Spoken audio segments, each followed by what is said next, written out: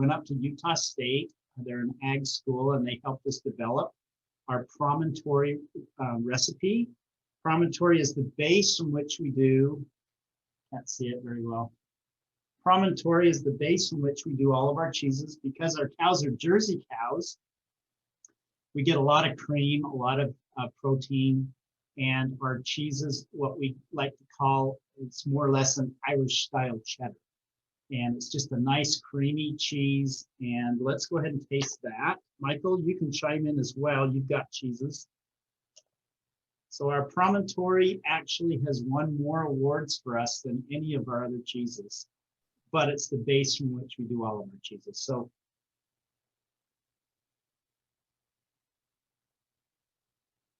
just a nice, creamy foundation platform from which we build all of our cheeses, except for two cheeses. We do a fresh ricotta, we do curds, and we also do a cheese called Beehive Fresh. And it's an interesting cheese. Going back to what I said earlier about what Sid Cook said, he said the most important process step is where you are right then. So when you're cheddaring the cheese or flipping those slabs over, what do you think, Michael? There you go. He's not moaning, but he's smiling. That's good. When you're flipping those slabs over, you're waiting for basically two things to happen. You're waiting for the moisture to come out of the cheese, and you're also waiting for the bacteria to eat a bunch more lactose or sugar and make acid. And that acid is paramount in the aging process. But if you don't slow down that acid production, you'll end up having too much, and then it won't age properly. So the way you slow it down is you mill the cheese curd into slabs into curds, so you can expose a lot of surface area, and then you introduce salt. You saw that in the video. By introducing the salt, it stops the bacteria from producing more acid, and you get this a nice, perfectly balanced cheese. Our Beehive Fresh, on the other hand, what we'll do is instead of milling the slab, we dry salt rub on the outside of the slabs. And by so doing, the salt doesn't slow down the bacteria. It takes several days for that salt to wick its way into the cheese. And therefore, we end up with kind of a sour, creamy, acidic.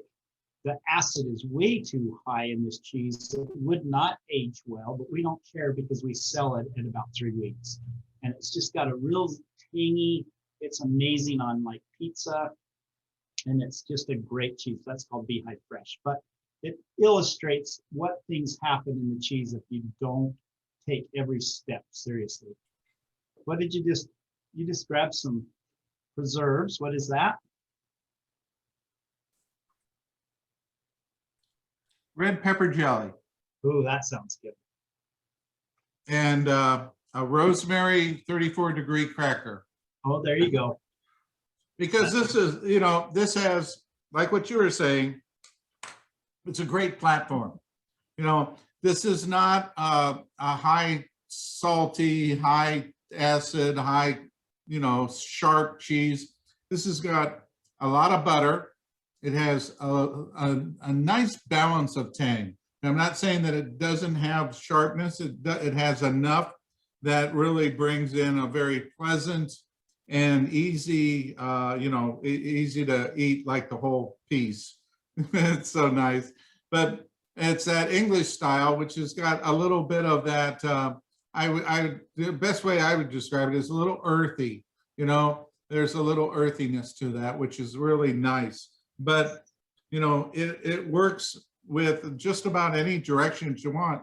I like spicy because with this, and you know, with the Hatch chili, is at any heat, it basically neutralizes the heat, so you're able to, you know, really taste the real red peppers here without getting that hot burn. You get the flavor, and that's one of the advantages of this creamy, buttery cheese.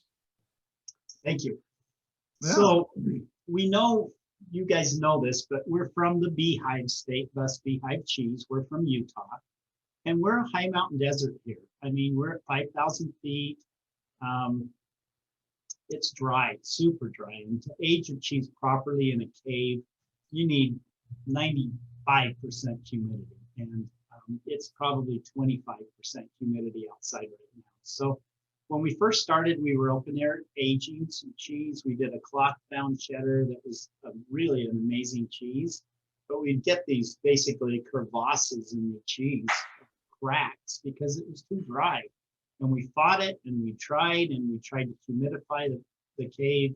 There was no having it. So you know what? Rather than fight it, beat them, you rejoined them. And so our rind ended up being a plastic vacuum sealed bag. And really the purpose of the rind, in addition to creating different flavors and whatnot, but for the most part, the rind protects the taste of the cheese from oxygen. And so our plastic bag protects the cheese from oxygen. And so we had to be creative because of the desert that we live in. And so when we first made Promontory, it's a great cheese, but there are a lot of amazing white cheddars out there. And we wanted to do something a little bit more interesting.